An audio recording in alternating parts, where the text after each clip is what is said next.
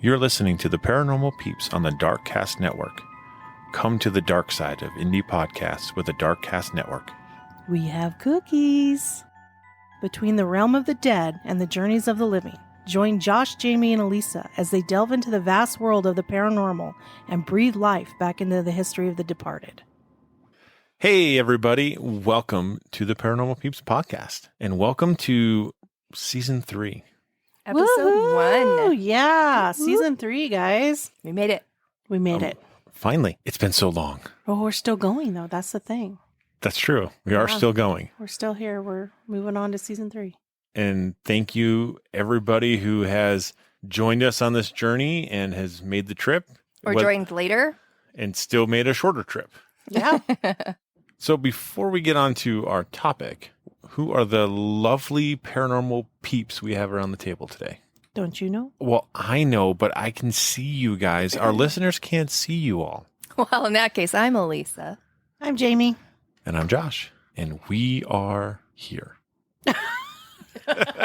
It's late, guys. Wow. We may be recording this at 10 o'clock at night. So poetic right there. I know. And I'm it's like haunting. only just begun. Yeah, so buckle up. It's going to be a fun ride tonight. So we are going to be giving everybody a kind of a moose-bouche of paranormal places around the country. Yep.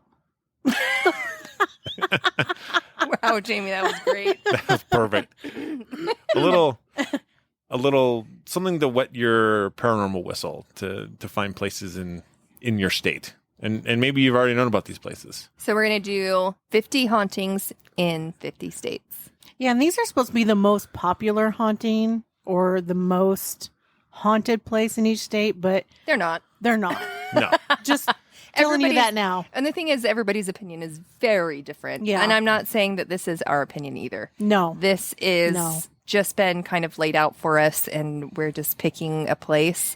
And some of these places are places that we haven't even heard of. And so we Yeah. want to talk about it. And some states I've never even heard of. I know. They just keep adding them. I don't Like, know. like who's ever heard of North Dakota? I mean, seriously. You lived there. You were born there. I know. Do you? Do you really? I try to forget those 21 years. Sad. I know, but not really. Yeah, so let's get started. All right. You're so much full of good information. I just... This is just great. the commentary is so great tonight. All right. Off the So, number 1, Sweetwater Mansion in Florence, Alabama. What we're basically going to do is tell you a place and then just kind of tell you just a tiny little brief paranormal information. Synopsis. Again, Jamey, we you're are- so good. We're giving you the Cliff Notes. Yes, this is very, very little. Okay. We're not going to dive super deep. Okay. So, Sweetwater Mansion in Florence, Alabama. A caretaker who reported that she saw a casket laid out in one of the downstairs room with a corpse of a Confederate soldier inside. Okay, I've never seen anything ghostly besides a ghost, Right. let alone a coffin. So we're saying we got a paranormal coffin. Paranormal coffin with a soldier inside. And she later discovered that she has possibly seen the body of one of Governor Patton's sons, Billy Patton, whose funeral was conducted in the house after he was killed in the Civil War. Billy was mourned by his mother, Jane Patton, who was so distraught and depressed after her loss that she didn't want to bury her son's body and kept his decomposing corpse in a secret room in the basement. Oh, no. Yeah. No. One of those. No. Norman.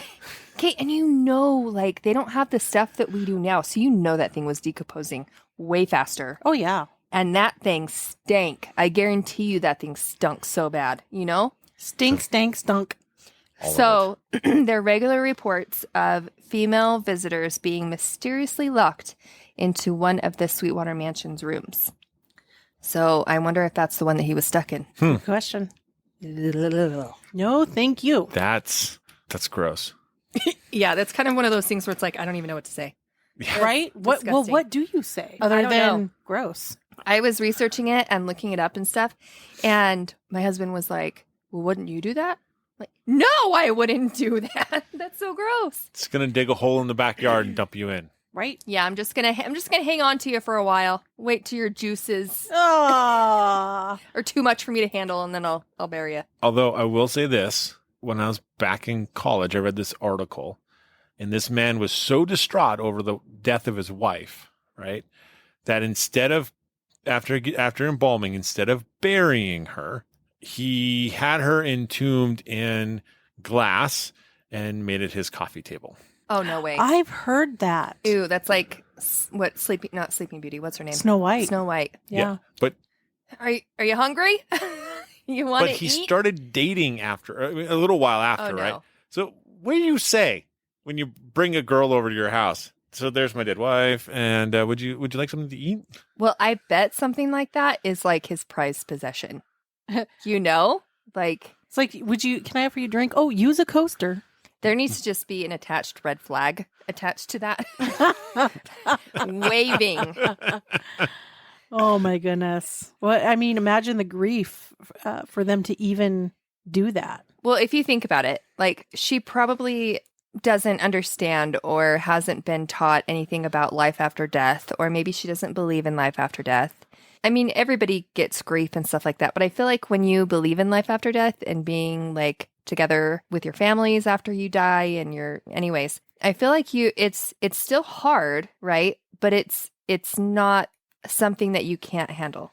Right. It's something that you mourn and that you go through, and yes, you cry your heart out, but then give it a little bit of time and you're good, right? Yeah. It's not something where you feel like you have to hold on to them because you feel like you're never going to see them again, you know?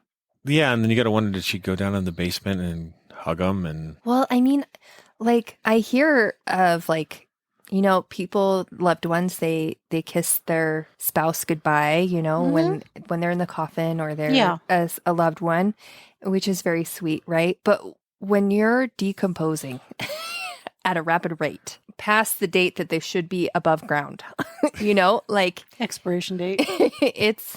I'm sure it's a bit nasty. I can't imagine that would be something. How really would you wanna do. not gag and throw up? oh, your lip fell off. Let me pick that up for you. It's dripping down your face. Well, your eyes sagging. Hold on just a minute. Let me just prop that back up. Let me scotch tape that up for you. Well, I don't know. Ugh. It's gross. Because you know, like, you hear about when, like, cops go into a scene and they're like, the house just completely smells. And you know when you walk into the house, even some people's before they enter the house, they can smell it because neighbors are calling, like, there's a weird smell outside. Oh, yeah. And it's because there's a dead body in a house that has been sitting there for a few days. Yeah. Well, and it's an unmistakable smell, just like if you're driving along a road where there's a decomposing animal that's been hit and you get a whiff of that. Mm-hmm. It's Yeah. unmistakable what that is. Yeah. And it's not a pleasant smell by far. No. So I can imagine that woman's Wow. house was freaking nasty. Okay, on to the next. All right. So we're not going in any, we're not doing alphabetical order. We're just going with it. gonna, we'll do all 50, we'll cover all 50 states, but in no particular order. Yep. Okay. So moving on to Kentucky, there's a place called Liberty Hall, and this is a historic house and museum, and it was built between 1796 and 1800 by American statesman John Brown. So the best known haunting of this location at Liberty Hall is the Gray Lady, and they believe her to be the ghost of Margareta Varick. I think I'm pronouncing that right. So she actually ended up passing away on July 28th of 1817, and it was after becoming ill one night. And they never really determined the cause of why she died. Oh. So they have theories that range from everything from like a heart attack to indigestion.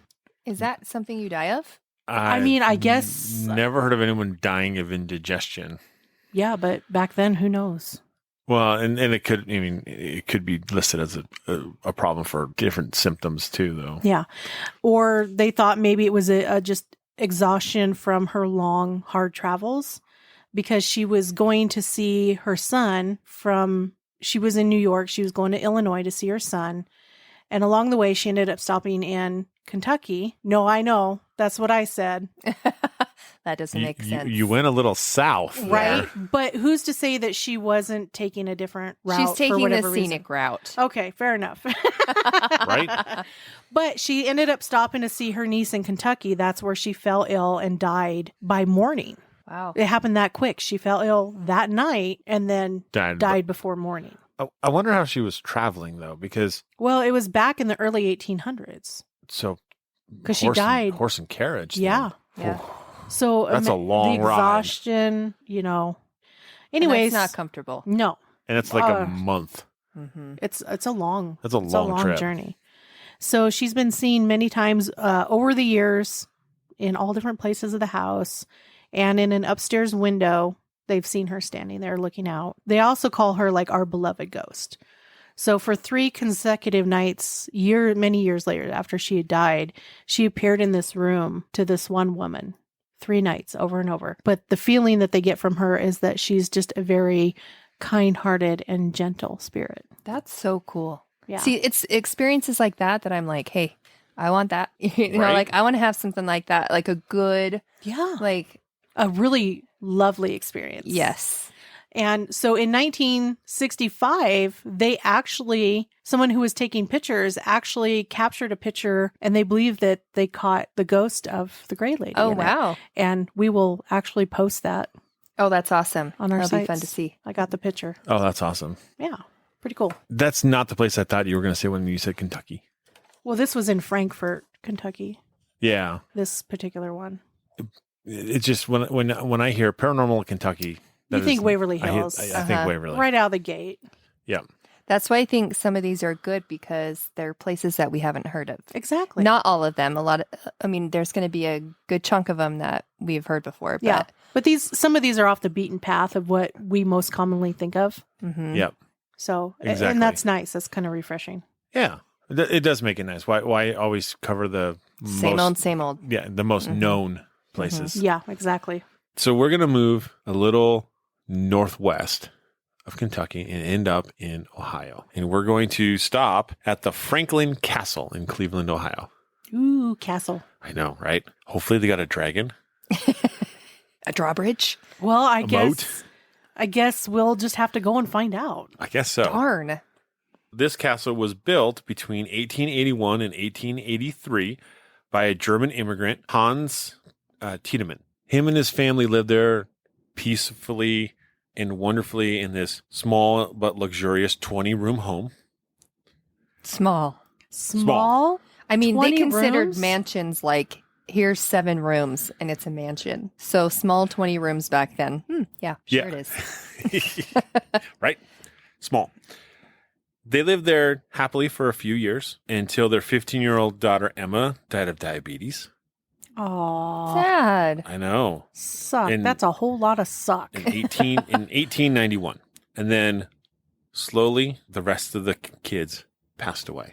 Does it say how? Various reasons. So one just passed away immediately.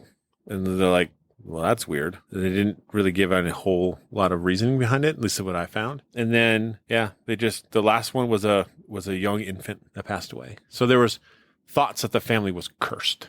Yeah, because when you basically lose you lose all your kids. Yeah, exactly. I mean, honestly, I'd feel the same way. Oh, yeah. You Can you know, imagine we're the cursed. depression Yeah. that you would have? And, no thanks. Losing all your children, that's horrific. I can imagine that losing one would be extremly difficult, But all let of them. alone all of them. And then you're like, all of that is gone. Yeah. That'd be terrible. It'd be awful. And then there's tunnels and other like things underneath the castle, and they've had death and potential murder in those tunnels. The part that I think was kind of the craziest is that the home started to change hands, and in 1921 it was actually sold to the German Socialist Party. That's interesting. It is interesting, right? Because that would be right after World War I. Yeah. And so there's a legend that says 20 people were gunned down and murdered in this house because they disagreed with the political views of the party. Nice. Jeez. Maybe it's the house itself that's cursed and it wasn't No the joke. family. Right? Because that's crazy. Now, it said legend, so So there's No no facts. proof. there's no facts. There's no proof to say how. I mean, it's amazing how some of these things get started, right? Right. Legend-wise. And embellished, yeah. Yeah, exactly. You know, someone could like accidentally fired off a gun in the house and accidentally killed somebody or hurt somebody. And the next thing you know, it's a great massacre. Right. But also, though, back then, they put everything in newspapers. So I would be shocked if something wasn't written about it. Right. Especially something like that. You know? I mean, somebody dies and they'll tell you exactly what happened. Yeah. Well, look at Basilica. I mean, they showed pictures. It was all laid out for Yeah. the public. Yeah. So yeah, I'm gonna say that's a on my list, but Yeah, it's still crazy. yeah. That's crazy. They are reporting that they've got mysterious and inexplicable organ music. Okay. So I'm guessing the Phantom of the Opera lives in the basement. And then they've got ghost children being spotted in the house. Which Which makes sense. Would make sense. Yeah, totally makes sense. And then, of course, the ominous cold spots. Okay. All normal things. Yeah. All normal, paranormal. That's what we would consider. Yeah. Yeah. Normal. But the house is absolutely beautiful. I'd love to get in there. Now, Ghost Adventures did investigate the house. oh, really? Again, I never saw the episode, but they have investigated the house. Where haven't they been? You know, the thing is it True. may be worth watching that, that episode just to kind of see what the home looks like on the inside. Yeah. Because, I mean, honestly, I'd be interested in seeing what it looks like. Some of these homes that we get to see today, that we're looking at while we're talking about it, some of these homes, I'm like, dang, okay, if I put in $100,000 to restore this thing, can I have it? Right? You know? Like, Yeah. oh, Oh, that would be amazing. right. So the next one we have is, okay, I'm probably going to chop this, but it's Begich Towers in Whittier, Alaska. Whittier. Whittier, Yes. Alaska. In Whittier in Alaska is not all that large. Almost all of its 215 residents, maybe there's more By now, right? by now, live in the tower's condominium. It's a 14-story tower. It also has like stores and churches and public utilities. One of the ghosts they call Begich Tower's home is particularly fond of whistling as he strolls through the building, while another is more likely to be heard stomping up and down the stairs. On one occasion, the city manager actually woke up to hearing rustling noises in his kitchen, but upon exploration, there was nobody home. Locals say that the towers are at their most frightening in the winter months when there's like heavy snowfall and the roads get clogged up. The residents are unable to leave. Yeah, so they're stuck there. Oh, Well, heavens. and I imagine if you're unable to leave and you're snowed in, it's winter, a lot of people get depressed. They get cabin fever. Mhm. That would be very difficult. Well, and it's going to amp it up, Oh, 100%. you know, because The that's something that emotions. they feed off of, Yeah. right? So Well, and you gotta remember, this is Alaska, so I'm sure there was no sun at that time either. yeah, No. You're You're snowed dark in, all in the day. dark. Yeah. all day, all night. Yeah, Can you imagine if it ran out of candles and lighting? Well, if your power went out. Yeah. Yeah. That'd suck. That would suck. Everybody huddle together, Right? Yeah, that would be tough. burn furniture.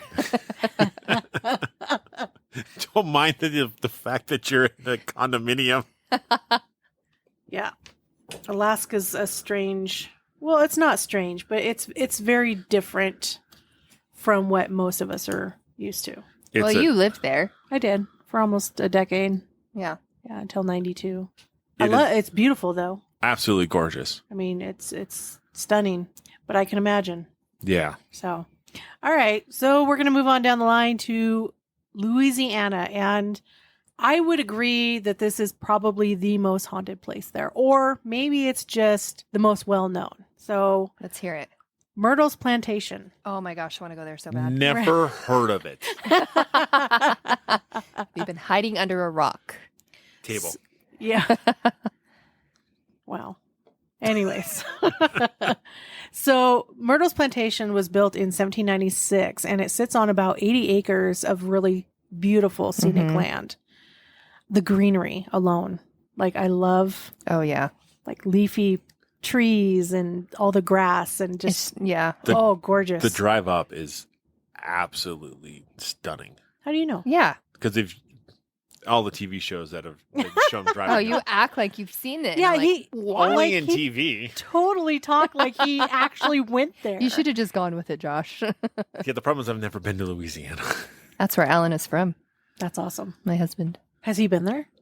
I don't know. He was born in Baton Rouge. Oh, okay. Baton Rouge? Baton Rouge. No one speaks French around here. Okay, so in 1820, Judge Clark Woodruff and his wife Sarah, they bought and actually had the house remodeled. Woodruff had numerous slaves. It was just that Typical time. for the time. Yeah. Yeah, very typical for the time. One of them was named Chloe, and she worked in the home itself. So it's said that Chloe really suffered at the hands of Mr. Woodruff. Like, he was very abusive. And I'm sure she's not the only one he was abusive to, but maybe a little more so since she was in the house. Mm-hmm. At one point, he had caught her eavesdropping on one of his conversations. And to teach her a lesson, he cut off her ears. Oh, gosh. Right. So she would have to live with this, as a reminder not to eavesdrop and stuff. At the request of his wife, Sarah, he made her wear a green, turban around her head to cover her ears so that others didn't have to see it. And he basically kicked her out from working in the house to out in the hot fields, long days out in the fields. Chloe wanted to work in the house, so she kind of came up with this plan. Judge Woodruff's, one of his kids was having a birthday, a 9th birthday. And so Chloe made a cake and she put in the oleander leaves, which are poisonous, and they'll make you very ill. But if you ingest too much, it's lethal. So she put some oleander leaves, baked it into this cake. So her plan wasn't to kill.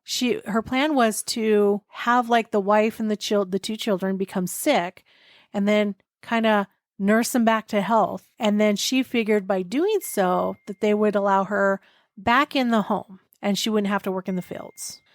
But unfortunately, it really proved to be a very lethal dose, and it killed Sarah Woodruff and the 2 children. Oh, man. Going from there, when the other slaves on the plantation heard what Chloe did, they're actually the ones that went and grabbed her and hung her. Oh, man. Until obviously she was dead. Then they proceeded to take her body down and weigh it down with rocks and toss it into the Mississippi River. Jeesh. There are reports of Chloe all over. And there's actually a picture that was taken where you can see what looks like, they think it's Chloe because she's actually wearing a turban on her head. And she's translucent, but you can see her. So I have that picture and we'll post that. That's cool. That's so cool. So, but yeah, they hear through the house, obviously footsteps and, daily chores in the home being done. And they believe it's Chloe. That'd be such a fun place to visit. Mm-hmm. I want to go there so bad. Oh, yeah. It's only a short 30-some hour drive for us. Short. Oh. Well, depends who's driving. That's true. But we do got to cross Texas, and that takes 7 days. Oh my gosh, yeah. He's not kidding. Mm-hmm. All right, so again, move northwest a little bit. End up in Oklahoma at the Belvedere Mansion in Claremore. Belvedere. Belvedere, I know. The old show. Yeah, Yes. Mr. Belvedere. I loved that show. I did too. I grew up with it. So this place has been termed the Belle of Rogers County, and it was completed on Christmas of 1907. So it was built by financier John Bayliss for his wife Mary Melissa, and their children Francis, Guy, Earl, Bland, Ross, Bjork, and Wayne. That's a lot of kids. That's a lot of kids. Unfortunately, Mr. Bayliss never actually got a chance to move into the house. He died of appendicitis in 1907. I wonder, that's something easy that you can fix now. I know. It's super simple. It's a very common thing for people to get their appendix taken out. So it's like, it's sad that you hear from 100 years ago that people died from that. Yeah. Well, and the thing is like now, like even earlier, like they're like, okay, well, your appendix is inflamed. We got to remove it before it ruptures, or you're going to die. Now they're like, oh yeah, like you got like 6 days after it ruptures. No, it wasn't 6 days. It was 2 or 3. 2 or 3. They're like, you got time. Yeah. Like we get to the hospital, we'll get it taken out, get you some antibiotics. You're good. Yeah, that happened to me. It did. Mine ruptured on Azariah's birthday. Jeez, birthdays are awesome. Yeah, right? I think we've discovered that today. So his wife, Melissa, and their kids moved into the spacious 3-floor, 9,000 square foot, 4-tower mansion. So small. Small. Again, this is like a small house. I mean, like... It's like a studio. Oh, that's like mine. It's fine. I mean, seriously, you barely can fit anybody in that house. Mm-hmm. The coolest thing about this house is that on the top floor, the 3rd floor, there's a ballroom. It has a giant skylight designed to help circulate air in the house. And the ballroom is 3,000 square feet. Jeez. Holy moly. It's like bigger than our house. Right? Holy moly. That is crazy. Yeah, absolutely crazy. And then some of the wood used to finish the house was shipped by rail from the 1904 St. Louis World's Fair. I'll be darned. So like you're getting some interesting energy coming into this house. Yeah, I'd say. After the Bell family left the house in the late 1920s, it was actually divided up into 12 individual apartments. Just 12. Just 12. But it's sad. Like, there's this beautiful mansion, and then let's chop it up and put little homes in it. And then, unfortunately, it fell into disrepair in the 1980s. The interesting thing is that they're reporting hazy figures, toilets flushing on their own, random grabbings, and then they're getting mysterious hot and cold spots. Hot spots? Hot spots. Oh. Which we've experienced those before. Yeah, but they're not common. They are not. So they get hot and cold spots. The random grabbings is the one that's interesting. Mm-hmm. Like someone's getting goosed in that building. Now, they didn't say who they think the actual spirits are there, but I mean, it was built in 1907, so we're talking 114 years, 15 years now. I mean, it's old. Yeah, so that's cool. It's hard to say who's actually haunting there, but I have a feeling that probably Mr. Bayless is still living there. I think he's probably watching over his own property. Yeah, for sure. Okay, so for the next one is the Rawson House in Phoenix, Arizona. So it was built in 1895. This is a Victorian home. It is one that I would be like, okay, can I live there? But it's like, it looks spooky in the day, because it just kind of has enough of like the points on top of the roof and, just to make it's beautiful, but give it just that tad bit of that eerie feel to it. So it became a museum, and the caretaker that worked there and lived at the museum for like 20 years. He didn't live inside. He did for a little while and then renovated it. And then he moved into a trailer outside, just like 30 feet away. One night he locked up.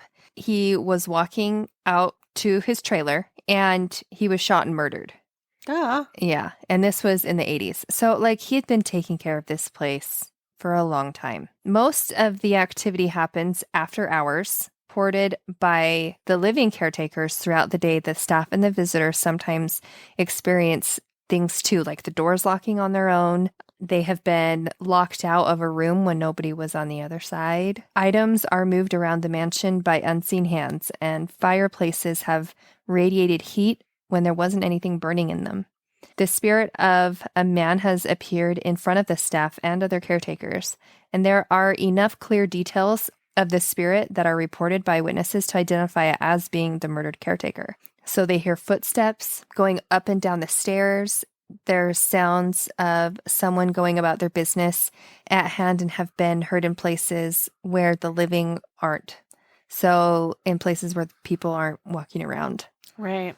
So it's not far-fetched to see why they believe it's the old caretaker. I mean, it's all legit stuff. You know what I mean? It's like he's going about his normal... It's not far-fetched. Yeah.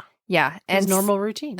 When you have especially someone like this caretaker who loved this place Mhm. and has lived inside the house. He Yeah. lived in the house in the 60s, I believe, Yeah. and moved out in like 69 or something.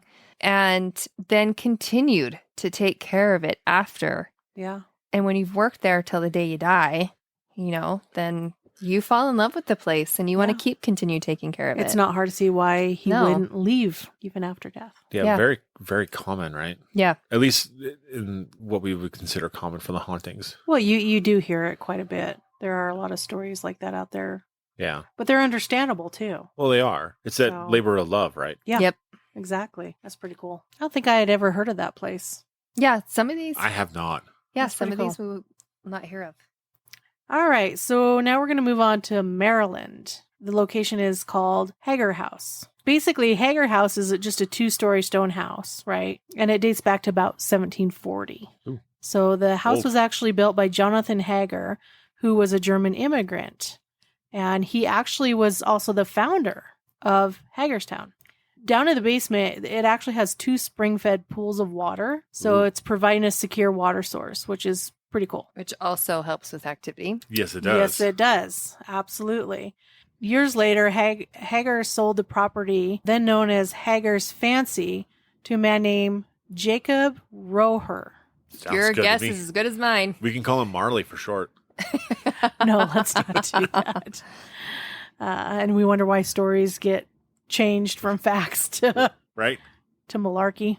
So anyways, after he sold the house to Jacob, the house actually remained in his family and Jacob's family until 1944 when it was acquired by the Washington County Historical Society. They restored it, and the house was then given to the city of Hagerstown in 1954 and opened to the public in 1962 as a historic house and museum. Nice. Since then, for the past few decades, so the curators, tour guides, even guests, they've all experienced presence of what they would call otherworldly pranksters. So, and they're the typical tales of like disembodied voices. We hear about that a lot. Yeah. Objects that are being moved by themselves. Yep. Of course, sound of footsteps and heavy objects being drug across the stone floor up in the cellar or down in the cellar. Ooh, so like that's- furniture being drug across That's it. cool.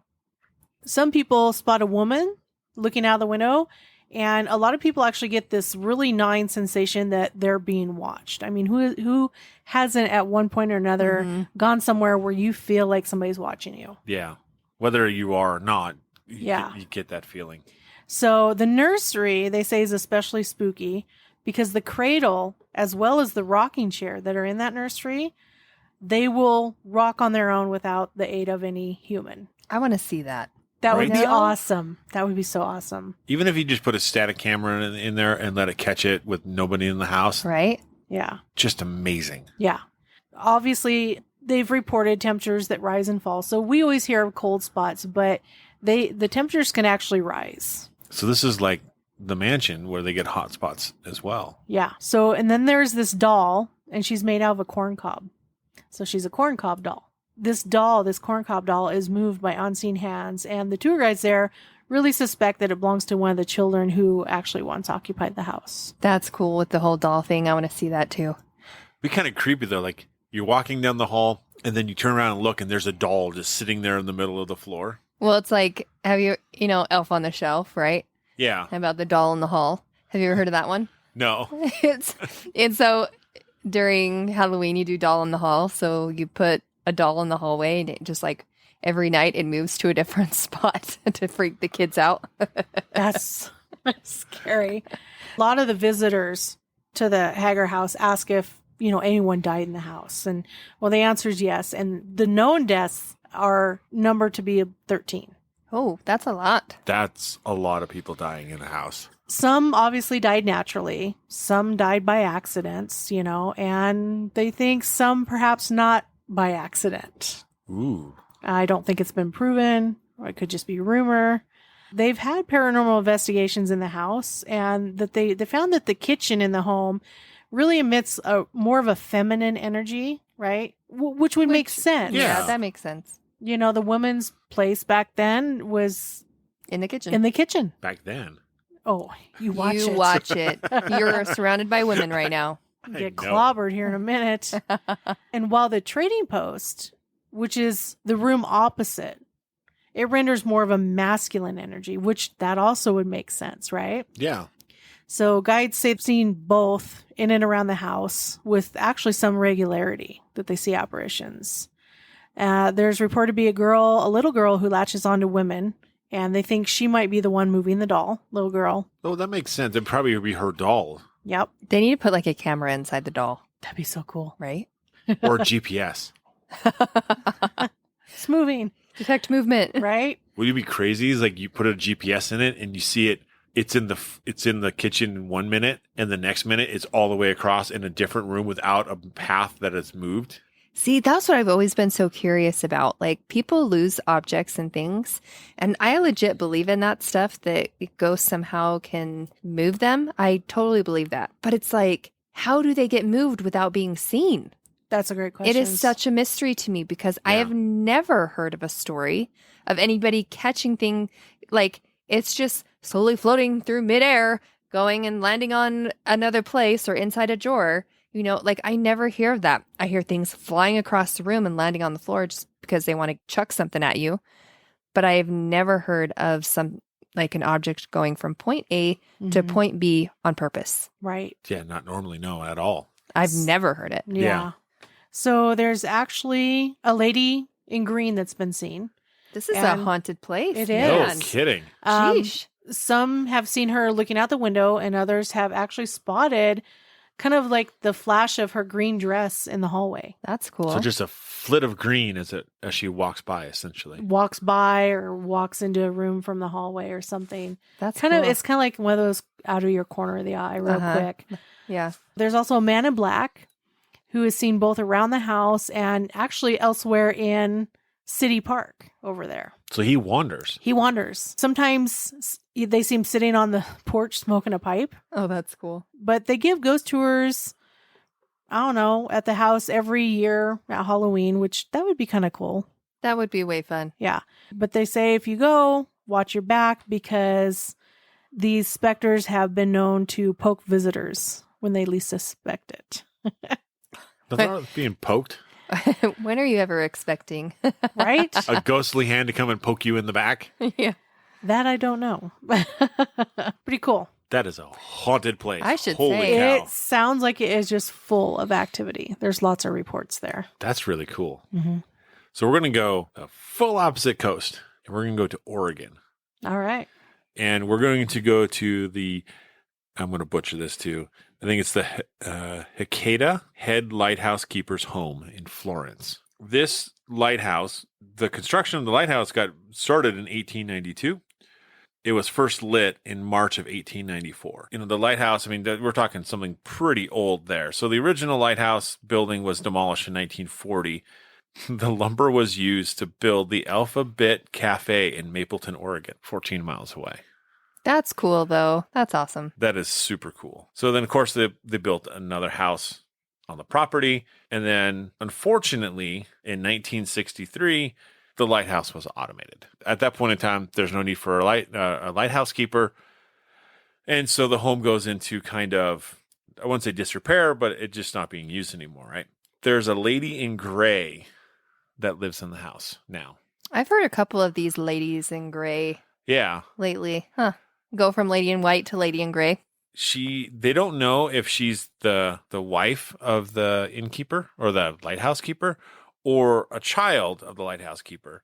Although there's been no official reports of a child being born at the place, they did find a grave of an infant girl on the grounds. Oh, I wonder if it has like a headstone and stuff, or They didn't say; just said they found a grave huh? Interesting. of an infant girl. So which means they must have found maybe it wasn't actually marked and they just found it and said, well, there's a little girl there, unfortunately. They don't actually know the name of the ghost, but they believe that the name is Rue. So that name came through a Ouija board session in the property. So it's never been really fully Proven. Yeah. but that's what came through during a Ouija board session. Interesting. Now, the interesting thing is this lady, she doesn't like people renovating the house. Surprise. Yeah, it usually kicks up or kicks up activity. Exactly. So there was a group of painters who were in there painting the house, right? And they had to spend the night in the place. And so they're in there spending the night, and the fire alarm starts going off randomly. There's no fire. There's nothing going. There's no smoke. There's nothing. There's just fire alarm going off. They're like, okay, this is really annoying. Let's take the batteries out. Put the fire smoke detector back, right? Didn't work. It keeps going off. Oh, It's got no power. that's crazy. So it's not one of those smoke detectors that's hardwired into the home and then has batteries for backup in case there's a power outage. Right. I mean, It's just battery operated. just a battery operated smoke detector or fire alarm. That's what they're saying. Okay. And so they're like, well, maybe Rue didn't like the color of the paint. Yeah, she does not approve. She does not approve at all. Other things that have been reported, doors being open and closed, cupboards being open and closed, stomping on the floors. And then, of course, people have seen the lady in gray. Oh, another lady in gray. It's only haunted by a single spirit, supposedly, but she definitely sounds very active. Sounds like the stomping is like her having a hissy fit. Like And the opening and closing of the doors Yeah. and stuff. Yeah. Yeah. like showing her displeasure with remodel and Yeah. things she doesn't approve Like, of. this has changed. This is not how. I don't like it. Uh-huh. This Yeah. is not what I want to see. Yep. Yeah. So on to Pill Mansion in Bentonville, Arkansas. So this was built in 1875 by Samuel, and he and his daughter Minnie are said to be haunting it, and Minnie plays the piano, and you can see it play by itself. Kind of the story behind it. The English family moved into the home in the 1920s. Marjorie was a little girl who had a twin sister. And one day she was playing tennis and felt pain in her side, but the doctors couldn't find out what was wrong with her. Being a twin, sometimes the appendix is on the opposite side of where it should be. And that was the case here. And the appendix had swelled and ruptured. And the surgeon was called for and arrived with his nurse. And by the time, Marjorie wasn't doing very well. The kitchen tables were brought to the upstairs bedroom and scrubbed down, and sawdust was put on the floor. And the surgeon opened her up, and the infection was so bad that the nurse fainted. I'm sure the smell was like terrible. I don't know if you guys have It's like ever bile. well, if you ever have smelt infection before, it smells so gross. It's like Oh, I can only imagine. because I was a dental assistant and I used to work in it was kind of like an Instacare for dental assisting or for dental. There were people come in with like golf ball size or baseball size infections in their cheek. Like an abscess? or- Huge. Yeah. Baseball size. Like huge. Ow. Yeah. We'd have to cut it open and drain it, and that is a terrible smell. Like a terrible smell. The doctor determined that there was almost no chance that she would survive. The doctor didn't even sew her back up. The nurse was left behind to care for the girl. For the next 10 days, the girl stayed alive. At one point, Marjorie woke up to see her father beside her crying. And she asked him why he was crying, and he said, "Because you're so sick." And she looked at him and replied, "Don't worry, I feel so wonderful." And you know what that means. Yeah. I mean, you know that when they feel that good, they're Nothing's good. they're going to die. At that point, she did pass away, and the father called the nurse who pronounced the girl dead and put a sheet over her body. And Marjorie slowly felt herself being lifted up and passed through the wall. The next thing she knew, she was in a meadow and she was floating above the ground. And at that time, she couldn't see any colors, and everything was peaceful and quiet, and she wasn't afraid. And there was a bright light, and she felt that it was beckoning her. So she headed toward it, but ran into something, and it wouldn't let her go any further. She tried to go around it, but she couldn't. She was unable to do anything but go back to the way that she came. Marjorie was under the sheet for 5 hours, when all of a sudden somebody saw the sheet move. They pulled the sheet off of her, and much to their surprise, they found her alive. They went ahead and dressed the surgical wound, which I'm sure they closed it up and Yeah. all of that. Mm-hmm. And when she was able, the family moved her to a bed downstairs where she could be part of the family activities, and she fully recovered. And one time after Marjorie was married, she brought her husband, William Tolson, back to the house. At that time, the house was owned by Lee Allen. As the Tolsons walked around the house, she noticed that the room where she had her surgery was locked. when she asked why, she was told, I didn't want anyone going into that room because it was haunted by a little girl. Interesting. So she tried to tell them that she was the one who died in that room, but they didn't believe her. Oh, wow. Can you imagine, like, That's crazy. I'm the one who died in that room, but yet you're still alive? Like, Yeah. how freaking cool is that? That is that is something right out of a Hollywood movie, honestly. Right? Sounds like it. So that sounds like it's a repeat. I wonder if it's like a repeating thing. Like, what's the word called? I can't even. Residual? Oh, there's saying reincarnation. No, not reincarnation. Residual. Residual. I couldn't think of the word. A residual haunt. Mhm. And It it's just plays being over. the energy that was produced during that time or whatever. But Which I'm sure was massive. Like a lot of panic and terror and everything else going on. well, and there was a Absolutely. lot going on in that room, from the surgery to her being like, I mean, your stomach is left open. Yeah. Like, and you can't put things on it. It just No. has to be left open. And bleh, yuck. Yeah. Interesting enough, I had a friend in junior high, and then he had this scar right up his center of his stomach. I'm like, what is that? That's where his appendix was. Mhm. It ruptured, and it took them 2 days to figure out what was going on Oh, wow. Jeez. How? because it was in the wrong spot. That's crazy. He's complaining of stomach in the center of his abdomen, yeah. and they only took him in because he passed out. Jeesh. Wow. Lucky to be alive, I'd say. Yeah. And this was in the 1980s. Yeah. So it was still kind of dangerous with the whole, appendix rupturing piece. It's not like today. Right. Yeah. It's different. Vastly different. Vastly. Okay, so this one I know everybody's heard of. I'd be surprised if you haven't. This one takes us to Massachusetts, and this is the Lizzie Borden house. I want to go there so bad. 40 wax. 40 wax. Liz, what's the poem? Do you remember the poem? Lizzie Borden had an ex and gave her father 40 wax, or mother 40 wax. When they'd seen what she had done, she gave her father 41. Yeah, Isn't Yeah. that it? Yeah, that's it. that's it. My mom taught me that one. No, Go, Mom. go mom. Yeah. So obviously, everybody knows this story. I don't know that I buy that it's haunted by Lizzie Borden. I just don't think it is. Okay, so who do you think it is haunted by? Well, nobody knows for sure, right? But here's the thing. There are relatives of the Borden family, Yep. okay, that used to live in the house that was next door in like this little Cape Cod home. But there was like a wife and I think it was like 2 children, right? Okay. And it's reported, that this woman who had these kids, she was suffering from postpartum. Okay. So she had 3 kids. Okay. So it's reported that one day she went upstairs and took a straight razor Oh, no. and committed suicide. Oh, no. And she did this after she basically threw 2 of her kids in the well.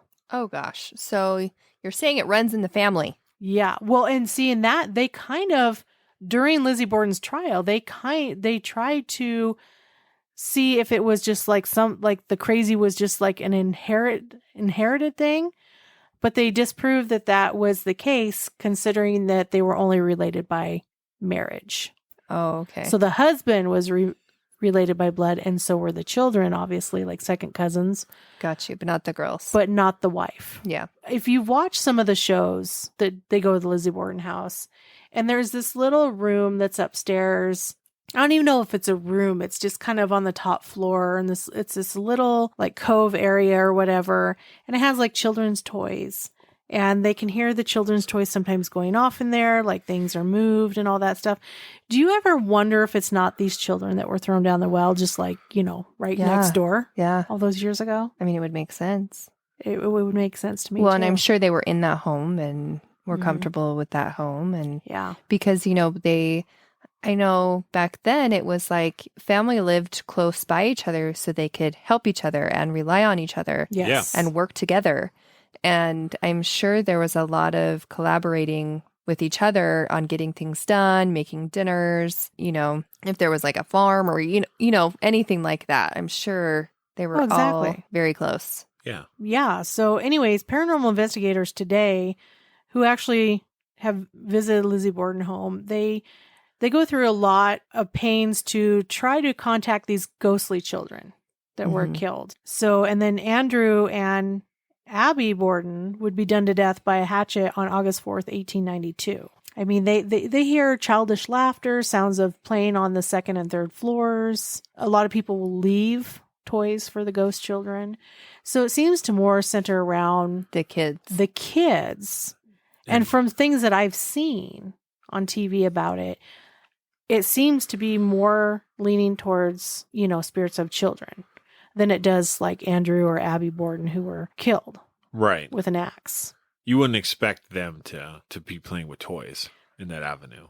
Well, exactly. And it like, I haven't really seen any reports of them claiming that it's Andrew or Abby Borden. No, and I've seen videos of like ghost hunters going there and, other people, and they haven't gotten.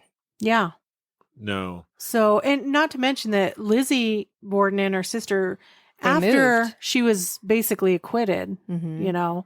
they moved to a whole nother place. Yep. Where they lived out the rest of their days. I mean, I think her sister actually moved out of that other place as well, but I think that's where Lizzie spent the rest of her life. And supposedly the house that Lizzie Borden lived in and then subsequently, I don't know if she died in there, but she lived there till her death. Mhm. That home just went up for sale. Well, the Lizzie Borden home went up for sale as well, not that long ago. Yeah, both homes went up for sale. Yeah. But they say that her home is also her second home was also haunted Yeah. as well. See, I'd be interested to investigate that one. See, me too, because that seems more If it's going to be plausible. anybody, Yeah. if it's going to, there's more of a chance that she would be Yeah. haunting there. But I Right. mean, there were rumors that, everybody thought Lizzie did it. Some think her sister actually was involved. Yeah. Even though they said her sister was out of town at the time, they somehow think that she's linked in there somewhere. But yeah, they found Andrew Borden on the little lounging couch, pretty much unrecognizable. And they found Lizzie's stepmom up in the bedroom, laying face down alongside the bed. And she just... And there's pictures of it. Yep, and There are pictures out I have there. those pictures. They actually Yep. have them in the Lizzie Borden house too. Yep. If you and- really want to see them. Yeah, I mean, we'll even if post you really them. want to see them, You they're can just look them online. up. Yeah. They're not hard to find. Nope. All right. So we are going to go to Altoona, Pennsylvania, in case you're wondering. And we're going to the Baker Mansion. Now, this home was built in 1849 by an ironmaster, Elias Baker. So he lived there with his wife, Hetty, and their two sons, David Woods and Sylvester, and their youngest child, a daughter named Anna. Now, Elias had, really high hopes for his children, right? And Anna was reportedly to be a beautiful woman. Of course, she's going to attract suitors. And so this young man started courting her. Unfortunately, her dad didn't think that he was suitable enough, didn't meet his standards. Well, that happened a lot back then, too. It did. And it wasn't allowed to continue. Anna tried keeping it secret. Eventually, that didn't work out, especially after he proposed. And of course, that's not going to go over well. So Elias was furious, and he basically forced the guy to leave the house and never come back. Flew into a fit of rage and just got the guy so scared he left and never came back.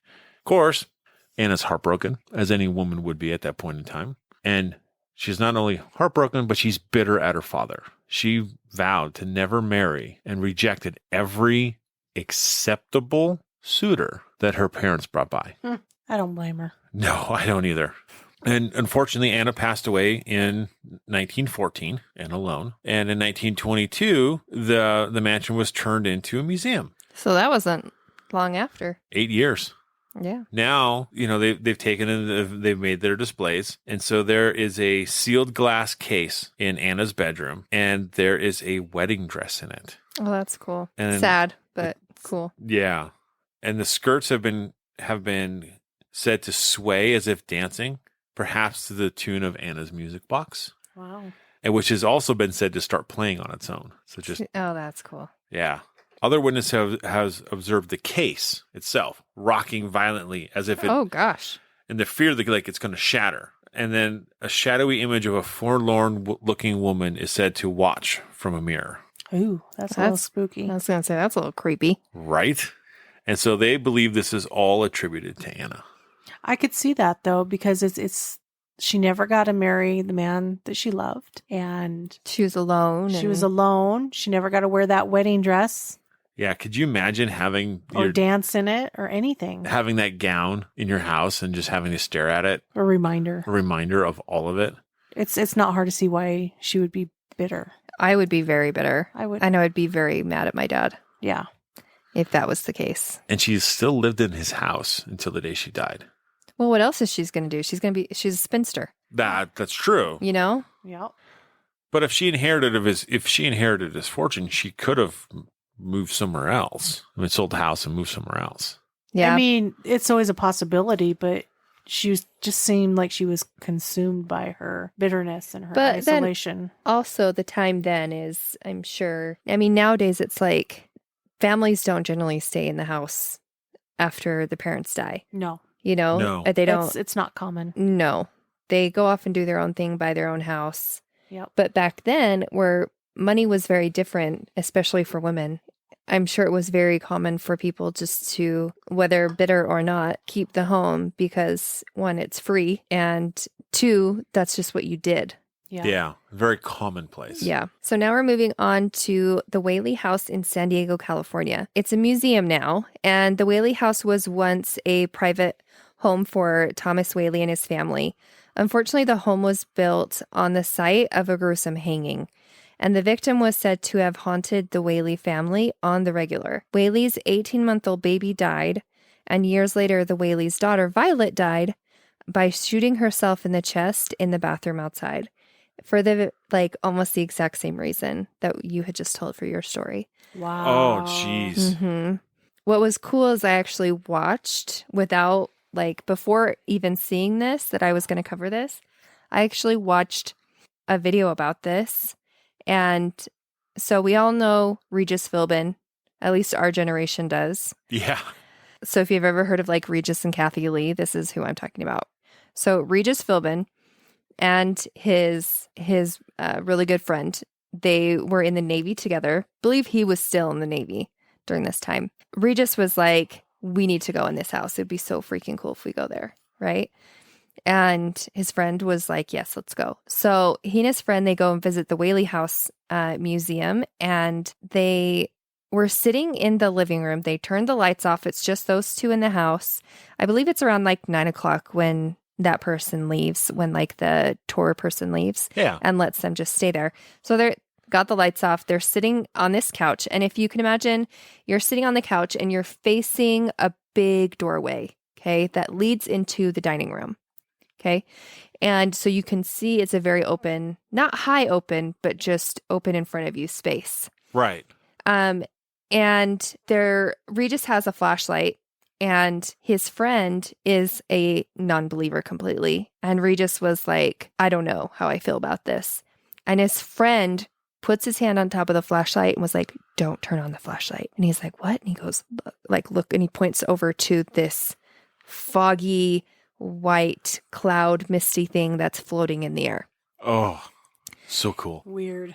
Okay, but this is what's the cool part. And I'm like, okay, I want to be this dude. His friend, which is in the Navy, he's this army guy, right? He starts army crawling to this figure because they're starting to see a figure form inside this. They see that it's a woman. He's army crawling across the room into the next room.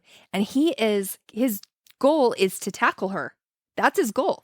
Ha! Dude. Because that's what you do in the army, you know?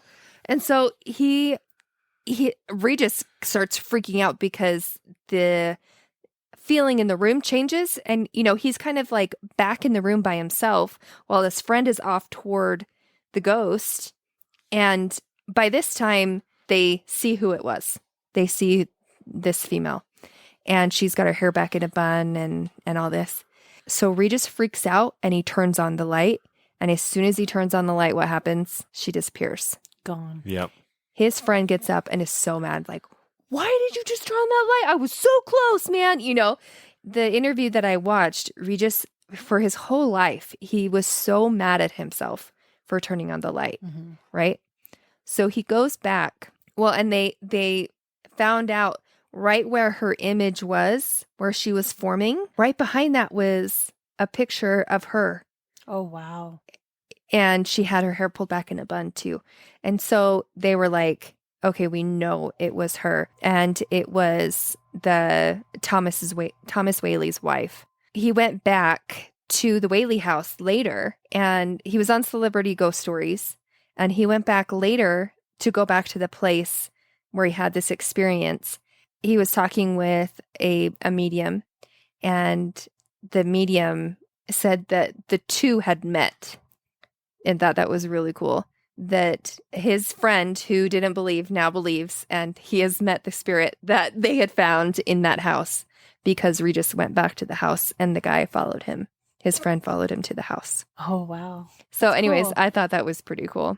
Kind of went full circle. It did. That's neat. That's a good one. Yeah. I like that one.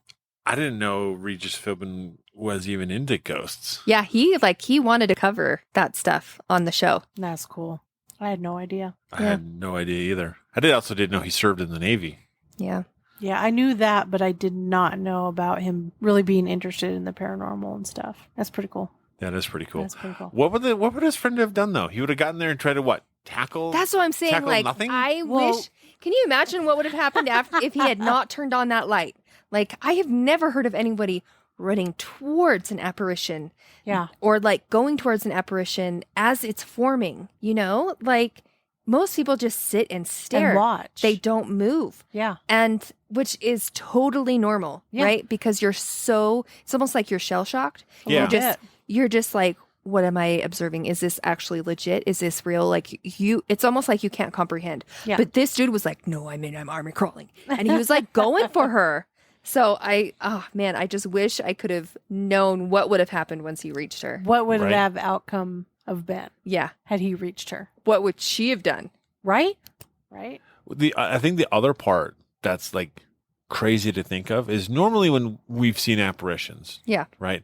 It's here, now, gone. Like I see it out the corner of my eye, It's I look quick. at it, it's gone. It's quick.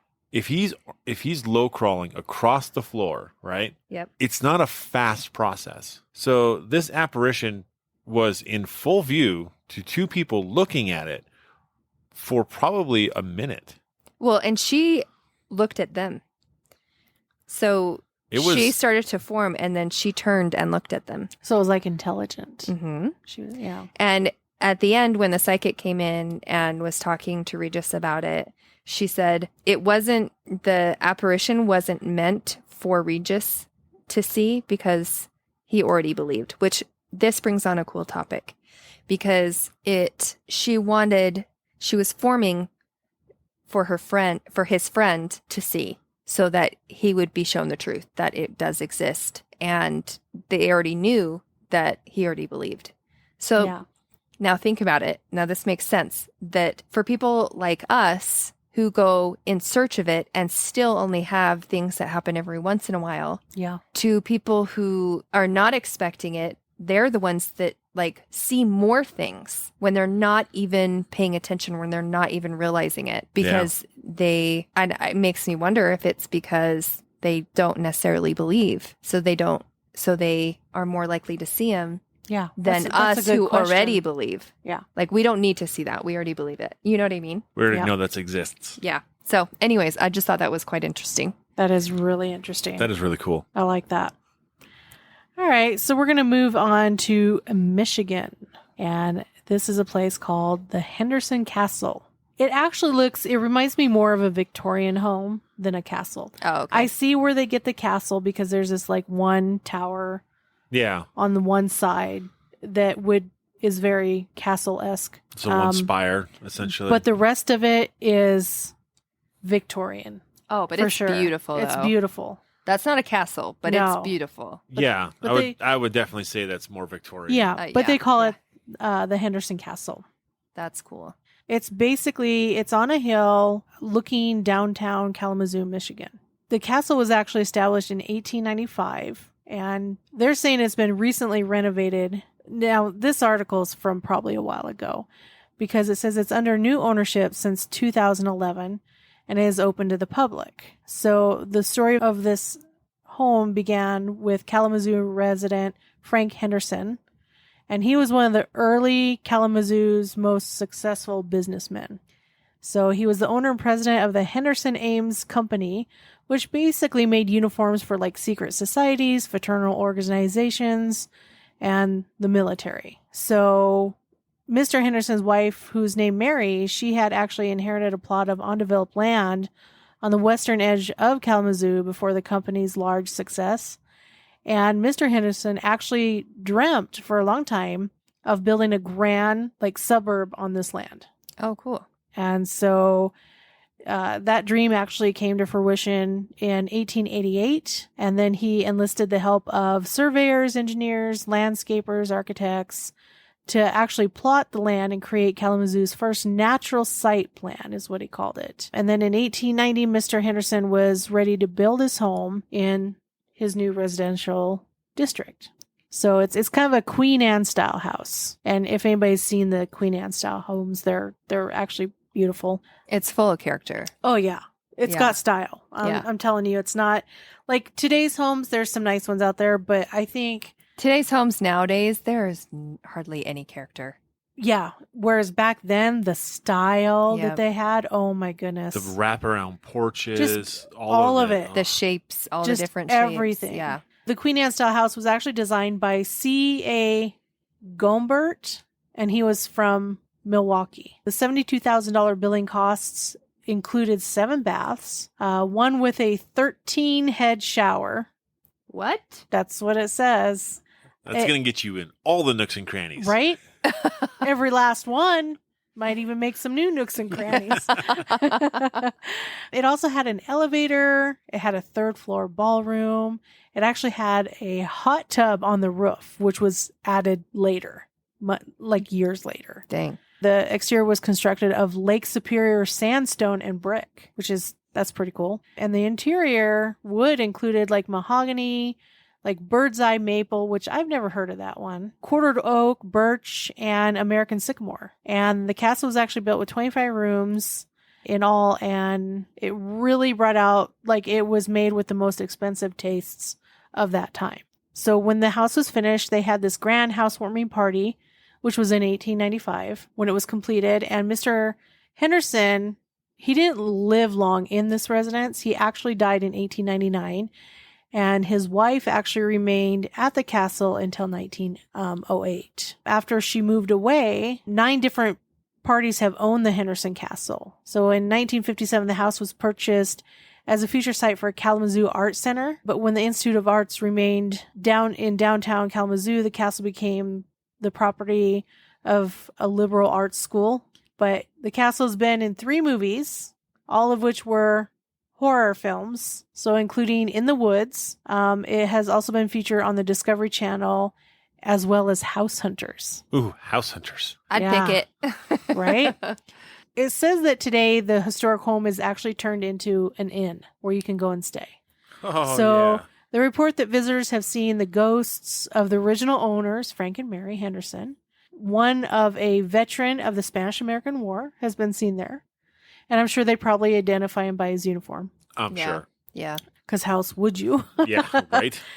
They also report seeing the ghostly specter of a little girl and a dog. Say often that the spirits really try to communicate to the living, so they really want you to know that they're there. Right. And so they try to communicate to the living mostly through unplugged radios. Sweet.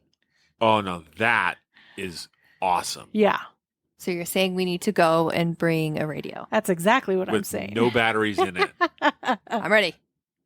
Yeah, I mean, that one's another good one. I had never heard of this place either. So That's cool. All right. We are now going to travel to the home, at least the home state, of one of the most famous paranormal investigation groups out there, Okay. Ghost Hunters. Woo. yee. We're going to Rhode Island. I like ghost hunters. Me too. And They're my favorite. We're going to the Mine too. Sprague Mansion in Cranston. Right on. Haven't they gone there? They have, 2007. This house was owned by the wealthiest family in town. And the first encounters with ghosts happened in 1925. That's pretty early. That is really early. Guests reported seeing a ghost on the elegant and central stairway. And then 3 years later, an Ethel Duckworth, who was the wife of Cranston Printworks manager, reported having been alone in the wine cellars down in the basement, right? She saw a white, filmy thing brush against her arm. Well, A wouldn't she white have filmy thing? White, Yeah. filmy thing. You say she saw it, but wouldn't felt she it. have felt it She too? felt it. Okay. And then on another occasion, it brushed against a visitor's arm. It likes arms. It likes arms, Well, at least that's where it stays. right? And then, so funny enough, the guy who had his arm brushed against, he left the house and has never returned. Oh, spooked him that bad, huh? Spooked him that bad. Yeah. I've had worse. Yeah. I've been through worse. Icy presence have been felt in the house, and there have been sightings in the mirror scattered around the mansion. So apparitions in the mirrors. Now, the interesting thing is no one knows who the apparitions are. And so there's kind of a handful of ideas of who could these people be, or who could the ghost be. So they don't know, but they suspect. They don't know, but they suspect. Some people believe it's not even a member of the family at all. It's actually Charlie the butler. Now, this legend began with Bob Lynch and some of his Brown University classmates. They were doing night watchman duty at the mansion in 1967, right after it was bought by the Cranston Historical Society. They were trying to sleep at night, and all of their blankets were thrown off the bed, each one claiming to not be the one joking around. So they ended up constructing a makeshift Ouija board. Oh, sounds like a smart plan. Yeah, always Right? a great idea there. When they were communicating, it spelled out, "Tell me a story." Oh, yuck. I don't want to hear that story. No. Right? They said that they had contacted the ghost, who had a story to tell, of course, and he called himself Charlie. And he had been the butler of the wealthy family who lived in the mansion after the Spragues left, the original family left. I want a butler. That would be so nice. Yeah, I'll take one of those too. Right? And a cook. And they even said the Ouija board spelled out, "My land, my land." Oh. So it's trying to lay claim to that. See, and I ever wonder if it's like Native American that come through and like, this is my land. You never know. You don't know. I mean, I would understand it. Because some of these places that I've really like dove into, really, guys, I'm struggling, have been traced back to Native Americans, and hauntings started there. Yeah. Yeah. You gotta wonder, like, how far back do these hauntings actually go? Right. So another candidate for this is Amasa Sprague. He was murdered as he left the mansion from a New Year's Eve party in 1843. Did they say how? He was, yeah, they do. He was found the following morning. His bludgeoned body was found face down beside the road, almost within sight of the mansion. He had also been shot in the wrist and bitten by a dog. Wait, what? Whoa. Yeah. Weird. So He was beaten to death. But he was shot shot in the wrist and bit by a dog. Gee, triple whammy right there. I wonder if the Dang. dog bit him after he was dead and was like, "What's this? I'm Yeah. hungry." You know? You never know. Jeez. Yeah. Like, was it a dog, or it could have been like a coyote, like a wild? Could have been a dog. coyote. Could have been Yeah. neighbor's dog.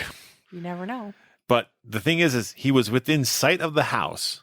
And nobody heard it? He just out of sight? He said almost within sight, meaning that he had to travel down like a long driveway or path to the road. Or around the block or something. Yeah. So he was close. Yeah.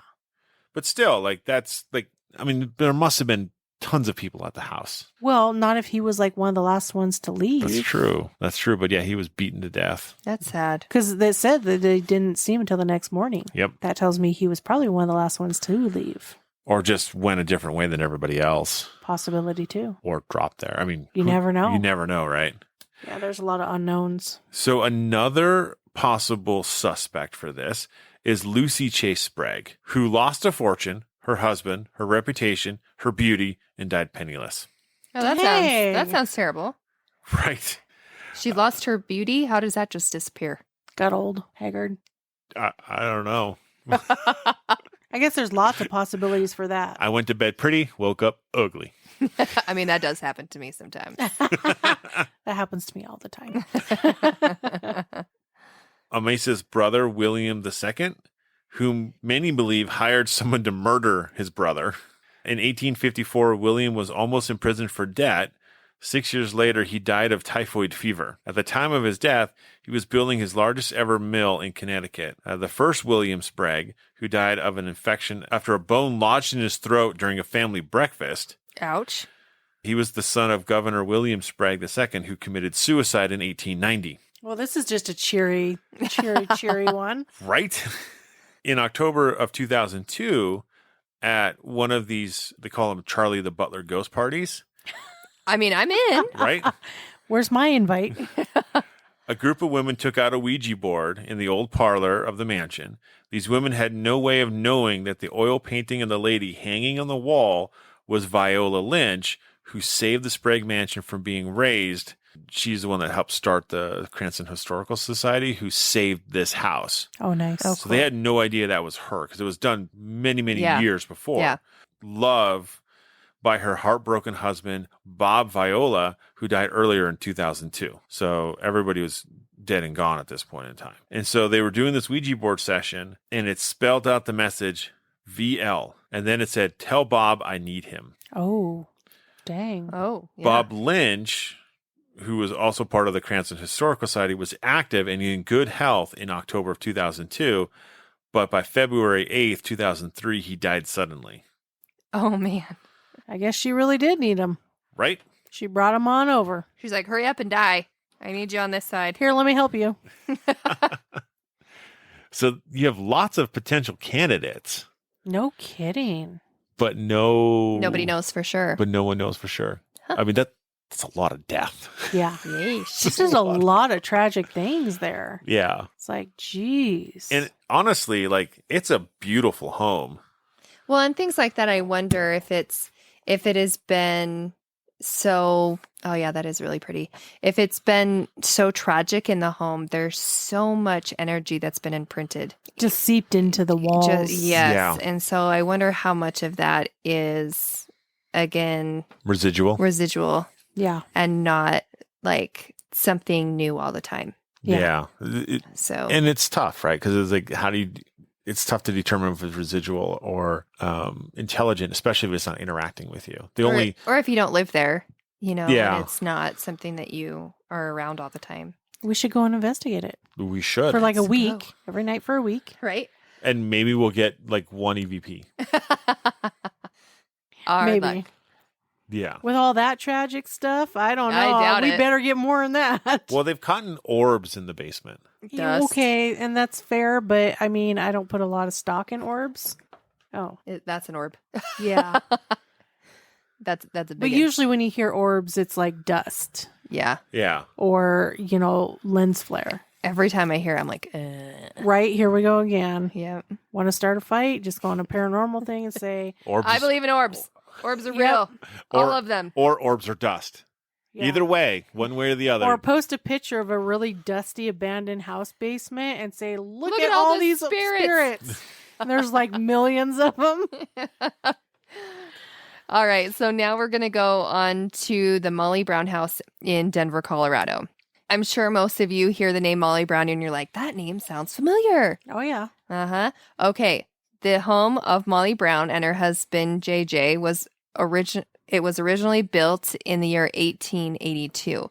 The most famous owner of the home was Margaret or Molly Tobin Brown, a socialite who survived the sinking of the Titanic. Yes, she did. And she's on the movies. So this Titanic heroine survived the sinking of the Titanic ship back in 1912, and Molly earned the nickname Unsinkable Molly Brown because she was rowing the lifeboat for 7.5 hours to try to get to safety. The museum, it's turned into a museum. The workers and the tourists, to them, the home will randomly smell like JJ's pipe smoke. And at random times, the light bulbs will mysteriously come undone. And even some of the furniture have been rearranged. And what appears to be a spirit wearing a Victorian dress, so which they think is Molly. Their family members and past guests have been seen wandering the halls of the home, where others have felt like cold spots, and the cold spots change in location. Haha. So they'll move, It's on the move. which is cool because we have had that happen where, we'll find a cold spot. We'll all put our hands in it Yeah. and then it'll move and we'll go with it. Yeah. And it's cool. Sometimes it just goes up and down, or sometimes it just moves around within a foot or two, but it's really cool. Nothing underneath it, nothing above it, nothing around it. Just this one spot in midair. Mm-hmm. They did separate, and he didn't live in the house the entire time. So he moved out and she just stayed in the home, but they still will smell his pipe smoke. Oh, yeah. I believe it. Yeah. Phantom smells. Mm-hmm. And I've only smelt smoke a few times. So I've smelt it in an old theater. And I remember going up to the stairs to the balcony, I could smell smoke. Not like fire smoke, but like a pipe. Or cigar or something. Yeah, something like that. Yeah. It's really cool. Yeah. I'd love to go to the Molly Brown home. That'd be a lot of fun. I think it'd be amazing. Okay, so now we're moving on to Minnesota. And this one is located in St. Paul, Minnesota, and it's called the Four Paw House. Currently, this place is a restaurant. And this is another absolutely stunning home. Man, I want a home like this. So it's currently a restaurant, and the stately home was the former residence of a local magnate named Joseph Forepaugh and his wife, who was named Molly. So it was really reported that they weren't exactly a happy couple in their marriage. And in 1892, Molly actually discovered her husband Joseph in bed with their housekeeper. Uh-oh. Scandalous. That's never a good thing. Never a good thing. So Molly, who was pregnant with a child, with their child at the time, she tried to end the marriage. And Joseph was very distraught, and so he actually committed suicide. This is just awful. So he took the easy way out. Yeah. Yep. Then the story goes that Molly now, husband cheated, and Now she has to have a baby and Yep. raise it by herself. yep. Yeah. So, she tried to end the marriage because he cheated. So then he commits suicide because he's distraught. So now she's so distraught that she hangs herself. Oh, heavens. That's 3 lives. That's 3 snuffed out. lives. Yep. Just boom, boom, boom. So today, visitors to this home report seeing the couple actually in the dining area. Can you imagine seeing a couple of apparitions? That makes me wonder if it isn't actually residual. Well, that would It would make sense. it would make sense because honestly, if your husband cheated on you with the maid and he committed suicide and then thus you committed suicide, would you want to hang out with that dude in the afterlife? Nope. I mean, happier times? Nope. I mean, we don't know. This is But true. I lean towards residual for sure. Yeah. Molly is reported to be actually the more active spirit. So she's apparently been known to smash glasses and bang on walls. She's probably still ticked. Right? Every time she sees his ugly mug, she's Right? like, nope. Yep. She Smash a throws glass she throws a glass at him. and bangs on the walls. Oh. Not gonna happen. Not gonna do it. We're gonna move to South Carolina in Charleston at a place I believe I have actually heard of, the Battery Carriage House Inn. That does sound familiar. It does. This historic location was built in June of 1843, a couple of years ago. 1 or 2. Just a wee bit. And so the man who built the mansion, his name was Samuel Stevens. In around 1859, he sold the house to a John F. Blacklock. And so shortly after Blacklock moved in, the Civil War broke out. Perfect timing. Perfect timing. And so he ended up selling his land in 1870 to Yankee Colonel Richard Lathers. Kind of just, the place will bounce around a little bit. The part that I think is crazy is the amount of spirits that are in this house. That are reported. To be in this house. They've been reported by guests, as employees. People have gone in and done paranormal investigations in there. So some of the ghosts who are there. So they got room 3. And in room 3, a couple went straight to bed. Unfortunately for them, a peaceful night rest was not in the cards. The two were suddenly woken up by something after midnight, by the husband's cell phone. Well, the interesting thing about the phone is it wasn't ringing.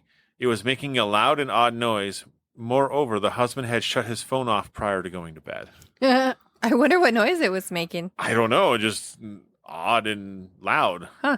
I mean, imagine like you go to bed, you turn your phone off, you put it on the nightstand, I'm not going to deal with you, and then it just starts going haywire. And making a really weird sound that you've never heard it make before. Yeah, exactly. Yeah, that's weird. Like I've had things where like I've been at a haunted location and I've actually sent a text message to my brother. Like I didn't actually send it, but but a picture was sent to him. Interesting. And so it was. Was it a That's picture weird. from your phone? Yeah.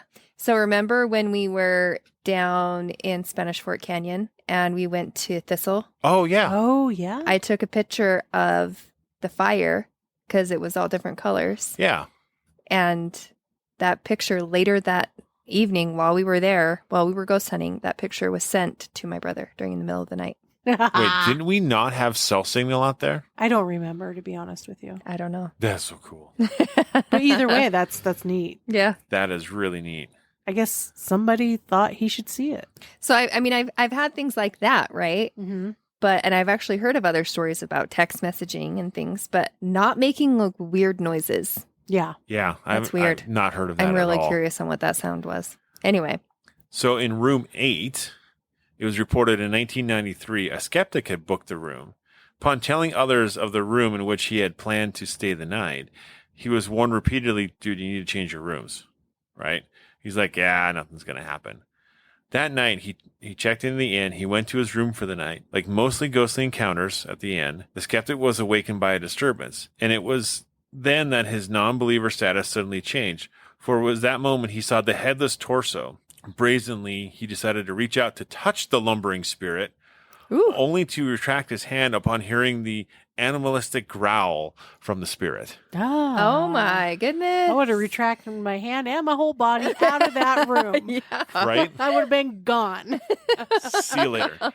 That honestly, that part would be terrifying to wake up. Like seeing a spirit, I think is one thing, but seeing a headless Oh, ghost just hanging yeah. out in your room would be terrifying. Well, and then on top of it, it growls at you Oh, yeah. heavens. when you reach out. Well, I wonder if he was like half awake, or something. And he like, is this real? And like going to touch it and it's like, whatever.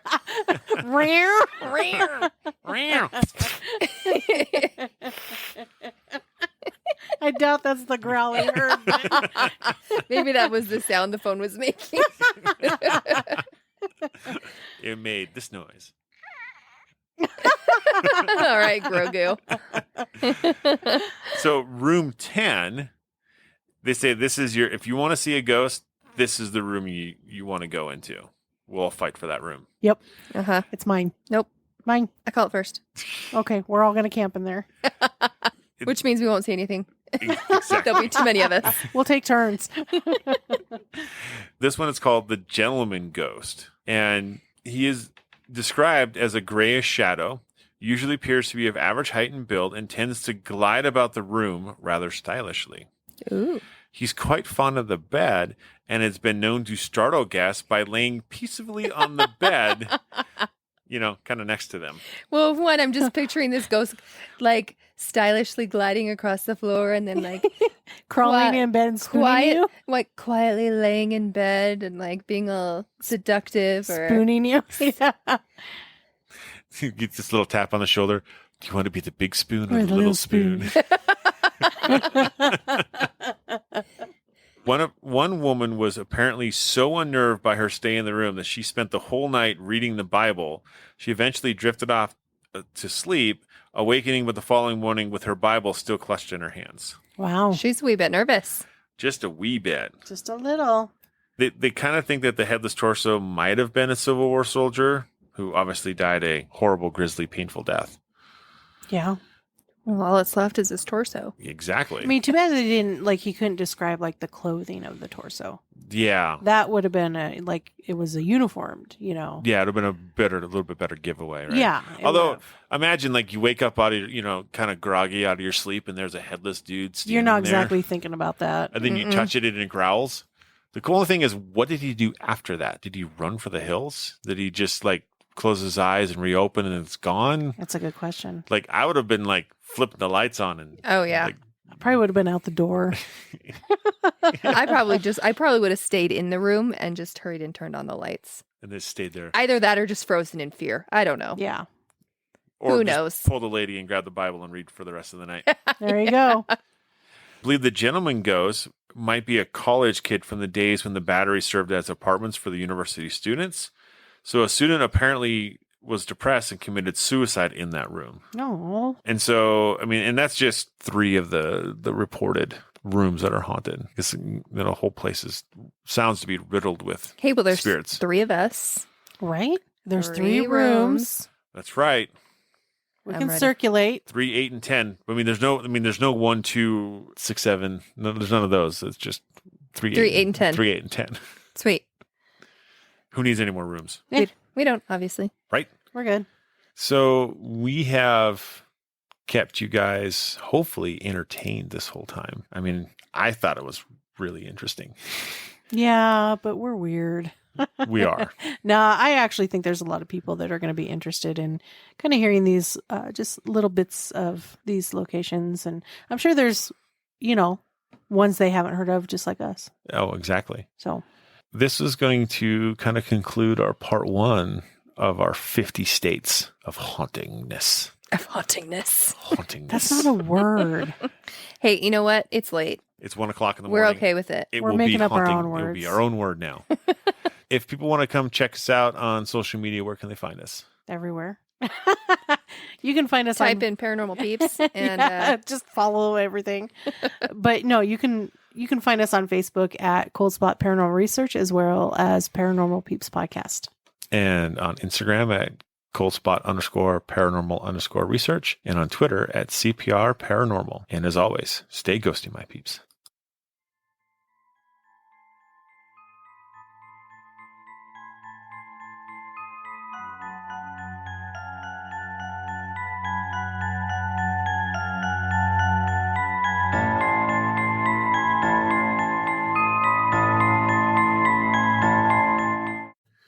Thank you for listening to the Paranormal Peeps podcast. You can find us on social media at Twitter at CPR Paranormal, on Facebook at Paranormal Peeps Podcast and Cold Spot Paranormal Research. And you can find us on Instagram at coldspot_paranormal_research.